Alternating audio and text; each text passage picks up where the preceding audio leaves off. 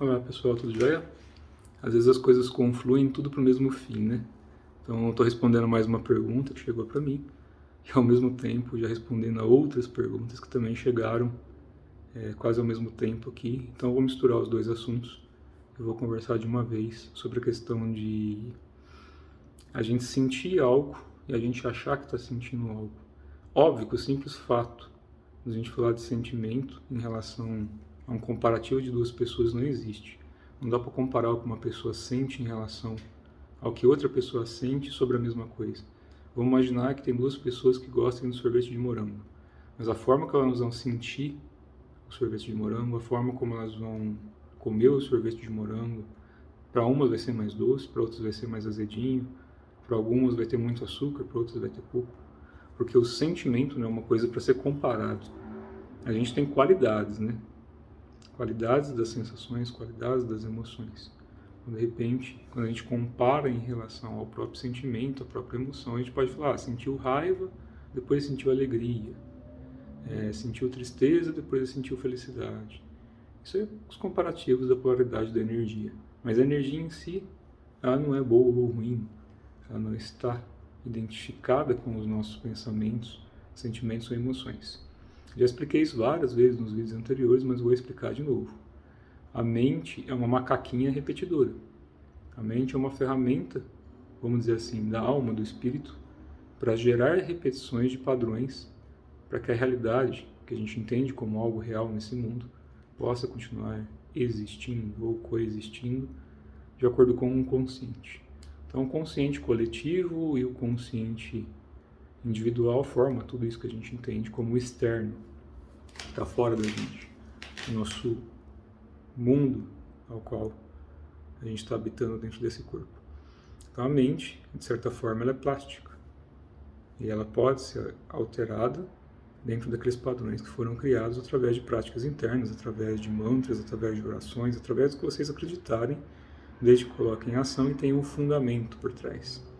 Quando a gente mexe em prática interna, seja de uma yoga, de um qigong, de qualquer coisa, existe uma fórmula por trás, que é uma sequência, por exemplo, uma asana, tem um porquê ser feito naquela sequência.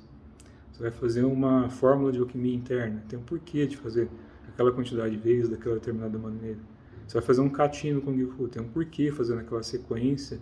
Você não vai aprender a mexer com, de repente, uma lança antes de aprender a mexer com uma espada. Então tem todo um porquê de ser feito daquela forma. Quem às vezes quer fazer isso só para ganhar fama, para mostrar que sabe, né, começa a criar todo aquele malabarismo, isso daí é mais malabarismo. Isso daí é a parte mais estética, é a parte externa, né? Para virar um método de competição ou de qualquer outra coisa em relação a isso. Quando não é o caso, quando a pessoa realmente quer se desenvolver, ela segue o fundamento, ela segue a raiz do que tem por trás disso. Por isso que a gente fala que é o método raiz e não o método Nutella, que é o método onde a pessoa vai se desenvolver a partir de algo que está sendo sustentado por gerações e gerações e gerações. Isso tem um peso, tem um coletivo espiritual, que eles chamam de egrégora, que vai movimentar essa energia toda e vai facilitar aquele processo para que seja desenrolado no corpo físico. Lembrem, tudo vem do sutil para o denso. Então, se já tem muitas pessoas que praticaram a mesma coisa, o coletivo daquilo já é forte. É a mesma coisa que eu expliquei de símbolos e merkabas. Qualquer um pode criar. Se você tiver um coletivo sustentando aquilo lá, já melhora. Se você tem espiritualidade ou seres sustentando, vai exponencialmente aumentando o gradiente de energia. Agora, se você tem só uma pessoa acreditando naquilo ali, que nem eu expliquei, né, o efeito placebo, ainda assim tem valor, mas é placebo. É a pessoa que está se curando e está se acreditando. E nessa parte é a mesma coisa. A gente tem que entender, em qualquer coisa que a gente vai fazer, inclusive relacionamentos, é preciso um tempo de maturação. É preciso fermentar isso até que se torne um bom vinho, né? A gente pega uma uva, uma delícia, tipo a uva, comer uva, em uma parreira, em um local que tem uva, é uma delícia. E o vinho também é uma delícia. A diferença da uva para o vinho é o tempo e a paciência para que aquilo fermente e se transforme numa outra substância. Isso é alquimia. A gente faz isso também dentro do corpo, com as práticas de pranayama, asana, toda essa coisa que eu já repeti um monte de vezes aqui, vocês já estão cansados de ouvir. Então é a questão do tempo e esforço. É o Kung Fu, né? É o significado bem resumido em português, é tempo e esforço. O Qigong é a mesma coisa, vai cultivar a energia por tempo e esforço. Então, cultive, trabalhe aquilo em todos os níveis. Então, você quer se desenvolver marcialmente? Vai praticar com afinco. Quer se desenvolver espiritualmente? Vai praticar com afinco. Quer ter um relacionamento sério? Aprenda primeiro a ouvir o seu próprio sentimento, a escutar as suas emoções, a voltar para dentro, fazer uma introspecção, uma reflexão, entender qual que é a origem disso. Por quê? A energia, como ela não entende o bem e o mal da forma racional humana, a energia entende intenção. Tudo o que a gente faz é guiado por intenção. E lembrem, a energia não está preocupada com o presente, passado ou futuro. Ela coexiste no tempo e espaço.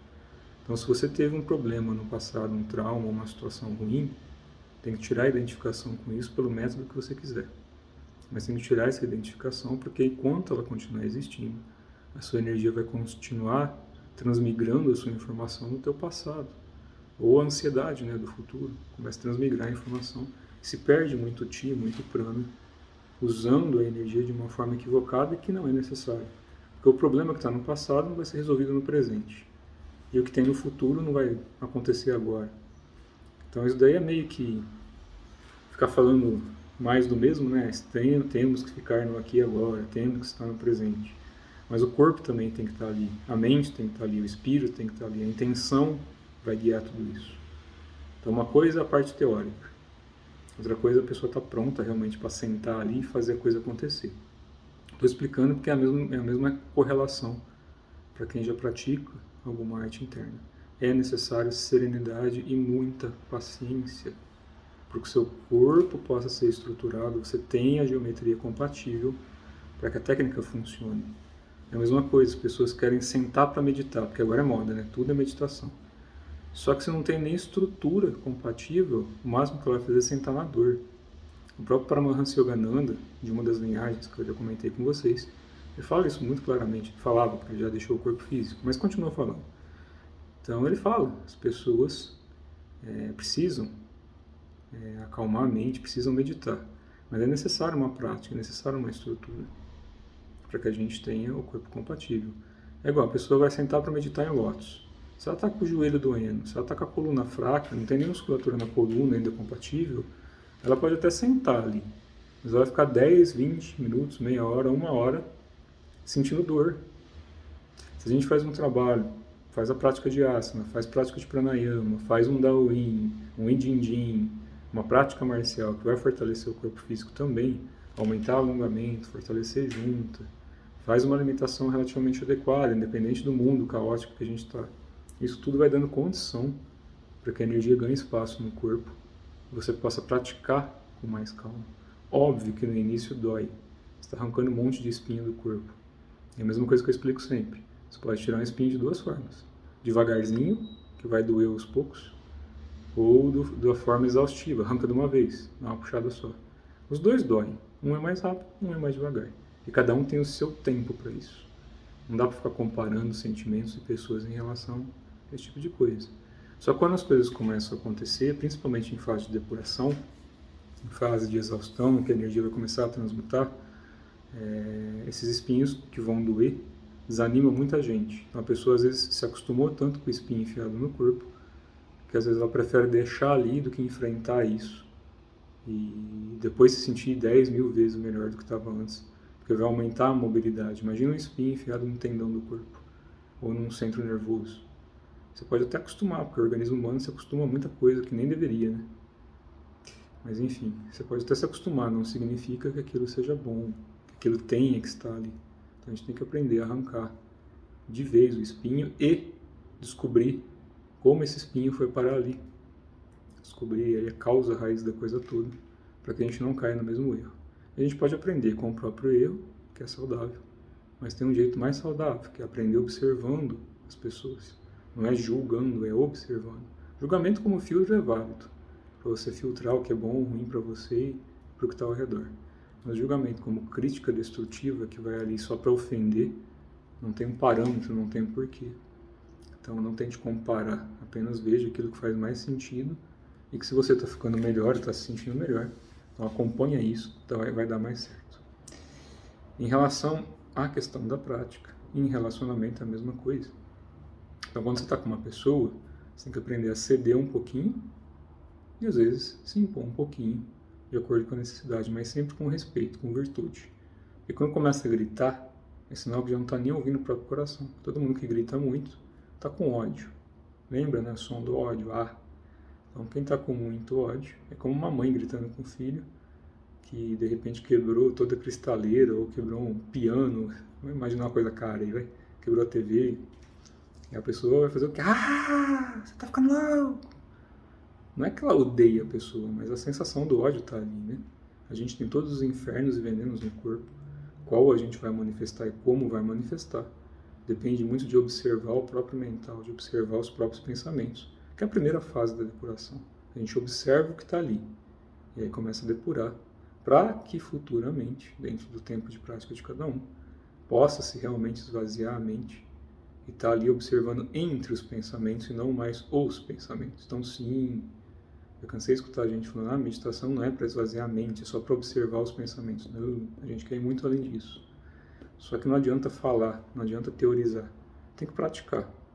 E é muito fácil identificar nas pessoas que já estão num estadinho um pouquinho melhor em relação à compreensão disso, e quem está no começo, e principalmente aqueles que vendem, né, coisas que nunca realizaram em si mesmos. Esses aí são os mais fáceis de pegar no meio do caminho. Porque fala muito, fala muito, fala muito, mas na hora de fazer, você vai observar, não tem energia ali. Então, isso não é um julgamento, não é um comparativo. Ninguém é melhor do que ninguém, cada um está no seu ponto. Todo mundo erra em algum momento, também já tive as minhas batidas de cabeça na parede, que não foram poucas, tanto é que eu perdi até o cabelo, né? Então, já bati bastante a cabeça para entender algumas coisas, e se é que eu entendi alguma, é mais ou menos o que a gente vai tentando trabalhar junto. E algumas abertas aqui, né? Explicando algumas coisinhas. Porque não adianta a gente nadar contra a correnteza. As pessoas falam, não, a gente tem que se esforçar. Se precisar de nadar contra a correnteza, tem que lutar. Lute, se esforce. Não, a gente não quer se machucar. O que a gente quer fazer é seguir a correnteza e só evitar as pedras. Essa é a sacada. A gente acompanha, flui como a água e evita as pedras. Quando a gente começa a falar desses koans, desses textos, dessas coisas, isso remete muito aos 5 elementos do corpo. Então, quando a gente fala de água, de pedra que é metal, enfim, a gente vai fazendo correlações ali, ligando também a alguns ciclos energéticos. Isso para quem já está praticando alguma coisa. Mas, de maneira geral, para todo mundo, a resistência contra algo só machuca. Uma coisa é alguém querer nos ferir e a gente resistir. Mas é como em prática de Tai Chi ou em outras práticas de arte interna, você aprende a fluir e não a combater. Então, se você pegar uma prática marcial dentro do Tai Chi, de algumas linhagens sérias, né? Linhagens de raiz que a gente fala, tem as práticas de Tui Shou, por exemplo. Então, ali você aprende a ceder, a controlar, a comandar e a também receber energia. Então, tem todo um trabalho para ser desenvolvido ali em dupla. E é por isso que é necessário o contato com as pessoas. É por isso que eu falo, o ser humano não está dividido em polaridade masculina e feminina, isso não tem a ver com opção sexual, volto a repetir isso. Vamos parar de preconceito besta. Qualquer um que trabalha espiritualidade não pode ter esse tipo de preconceito. Então não tem a ver com a polaridade da escolha sexual, e sim da energia em si. Existem duas polaridades nesse universo, em especial também na Terra, na contraparte manifesta, que é a energia se qualificar como homem ou mulher. De novo, independente de opção sexual, polaridade. Isso tem um porquê. É uma forma da energia se complementar no plano físico e passar por certos estados que faz parte do processo da própria Terra e do corpo humano que a gente habita aqui na Terra. Então, se isso não fosse necessário, não existiria a polarização da energia. Poderiam nascer todos andrógenos, assexuados, e se reproduzir por conta própria ou por escolha. Isso daí é muito fácil, tem várias raças que são assim também. Não só no reino animal, mas também em outros sistemas, em outros locais. Mas isso é irrelevante. Como a gente está no corpo humano, a gente está usando o corpo humano. Às vezes a companhia e ter alguém perto, não importa se é por um mês, um ano, 10 anos, a vida inteira, às vezes aquele momento, se a sua energia está mostrando que existe um algo ali, que não é simplesmente um achismo, porque a gente tem que testar isso também, a gente tem que partir para dentro, né, fazer uma introspecção forte e perceber Se aquilo é um rompante, que nem um desejo louco de comer um chocolate ali, que se tornou um vício. Então, uma coisa é quando o seu corpo mostra, ou quando a energia mostra que precisa. Outra coisa é quando a gente gera um vício e passa a ser dependente daquela sensação ou daquela emoção. A gente tem que identificar onde está e trabalhar isso, para que a gente possa, sim, sentir prazer, para que a gente possa ter companhia, mas que essa companhia possa ser realmente uma companhia e não uma obrigação. Todo tipo de obrigação corrompe a energia. A gente tem que estar ali por um aprendizado, por um crescimento interno e porque a gente tem, de certa forma, essa condição de ajudar uns aos outros, inclusive na polaridade energética. Homem e mulher se complementam. Não é à toa o pessoal falando que homem é mais racional, mulher é mais emocional. Isso tem a ver com N fatores, mas não é via de regra. Tem homens que são mais emocionais do que mulheres, e vice-versa, não importa. Isso é irrelevante. A questão é, se a energia te mostrar que você tem um caminho para ir, se a sensação interna é boa, se você está feliz em passar por aquela experiência, passe. Se der errado, não se culpe, ocupe a situação. Só caminhe e vai buscando lapidar aquilo que é necessário. Mas se a gente cristalizar, fechar e criar um padrão mental de que tudo que a gente fizer está errado, ou se culpar e começar a julgar, lembrem, a mente é repetidora. A mente não tem a ver com o cérebro, tem a ver com um padrão de repetição de informação neural. Então ela vai começar a criar aquele padrão de novo, e depois para mudar isso leva mais tempo. Então o próprio Buda, né, Gautama, falava. É aquela frase que eu cansei de postar já também. Substituir um pensamento inábil e inútil por um pensamento hábil e virtuoso que ainda não tenha surgido. Enfim, tem a frasezinha lá. Vocês podem ver na minha linha de tempo, tem lá, eu cansei de falar. É o fato. A gente tem que cultivar aquilo que a gente quer. Pra gente e pros outros. Quando a gente cultiva pra gente algo bom, óbvio, quem estiver em volta vai se beneficiar. Agora, quando a gente cultiva algo bom pra gente e ignora o externo, a conta não fecha. E a roda de Samsara, né, o próprio Dharma da Terra, o próprio Dharma do universo, ele tem um ponto de equilíbrio e tem um ponto de vacuidade, né, que a gente começa a trabalhar com o vazio, já em outros níveis. Né? Mas, de forma geral, o vazio não tem a ver com espaço vazio, tem a ver com harmonia. Então, quando se fala vazio primordial ou vazio, dentro de várias linhagens, traduzindo para o portuguesão, o sentido da essência disso tem a ver com harmonia. Então fica como dica aí também para quem está buscando esse centro, esse caminho do meio, que está muito relacionado a isso.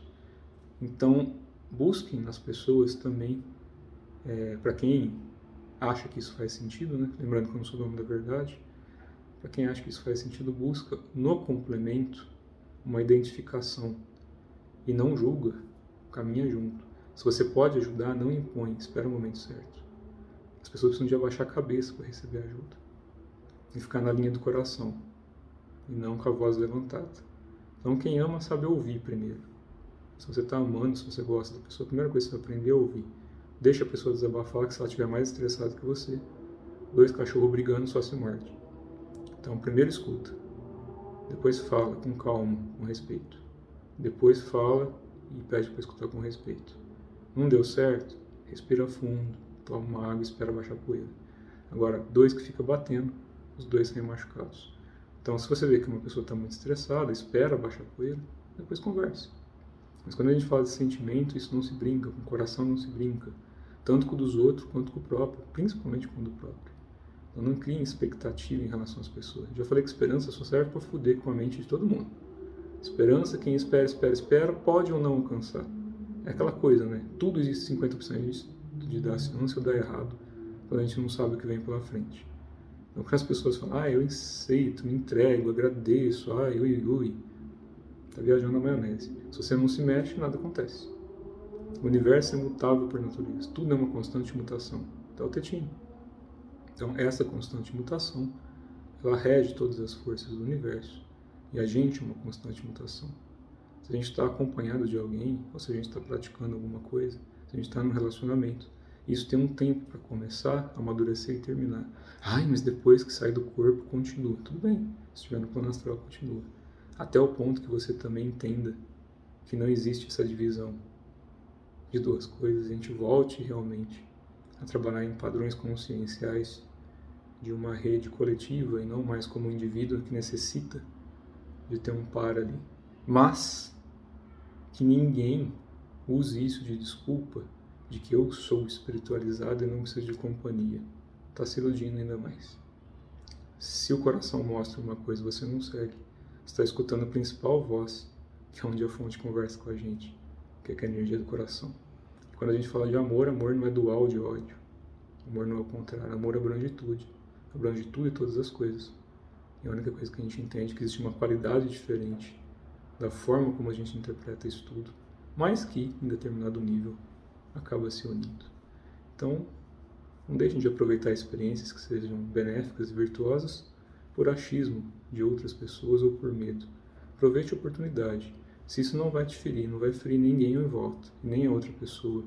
Se a sensação interna é boa, é prazerosa, é harmoniosa, e não está prejudicando, por que não vai passar? Por medo? Então a gente precisa de quebrar um pouco essas travas, parar de perder oportunidades, tanto de se desenvolver internamente como de se desenvolver externamente. A gente tem que aprender a unificar interno e externo. E esse é um dos princípios de qualquer linhagem interna. Em algum momento, isso acaba sendo mais importante do que muita coisa. Então voltem para dentro, meditem no coração, mas também preparem o corpo físico para que ele tenha equilíbrio compatível. Não é à toa que as histórias antigas contam, do Bodhidharma, que meditou lá, se não me engano, 9 anos olhando para a parede, porque ele viu o sofrimento das pessoas que se desenvolviam espiritualmente, mas não se desenvolviam fisicamente, e acabavam perecendo muito cedo, sem ter oportunidade de atingir um estado mais alto de iluminação ou de espiritualidade. Então esses monges praticavam a parte espiritual arduamente, de acordo com o que eles aprendiam, mas acabavam morrendo muito cedo e não se realizavam, porque acabavam sendo mortos, inclusive, e eram invadidas as vilas, os templos. Eles não sabiam nem se defender, acabavam morrendo, ou a saúde acabava ficando debilitada e morriam. Então, porque a gente tem uma prática interna muito boa, a gente também tem que cuidar um pouquinho da saúde física e da saúde mental, em especial porque tudo se desdobra do sutil para o denso, como eu já repeti várias vezes. Então, se a nossa mente está muito agitada, o nosso corpo também acaba sofrendo. A gente tem que aprender a tranquilizar a mente. E isso vem pelas práticas internas e também vem, de repente, por um cafuné ali na cabeça, um carinho nas costas, até uma pessoa do lado, simplesmente para falar oi, às vezes é importante. Ninguém precisa de depender de ninguém. A gente tem que aprender a ser não sustentado, mas ser autossuficiente em relação às nossas emoções e sentimentos. Isso facilita estar com outra pessoa, independente de quem seja. E cada um tem que chegar aí no ponto de equilíbrio, aprender a ceder, a partilhar e a caminhar junto. Momentos bons são bons, momentos ruins são ruins. A gente só tem que aprender a não se identificar com só o que é bom e ignorar só o que é ruim. Os dois vão mostrar alguma coisa. E se a gente entender e fluir como água no rio, mas não contra a correnteza, e sim só desviando das pedras, quando a gente observar que existe um pensamento ou uma emoção que está nos prejudicando, a gente dá um jeito de desviar disso. E se esse caminho a gente fizer com o coração aberto, com boa intenção, as coisas acabam fluindo. Tá certo? Um abraço a todos.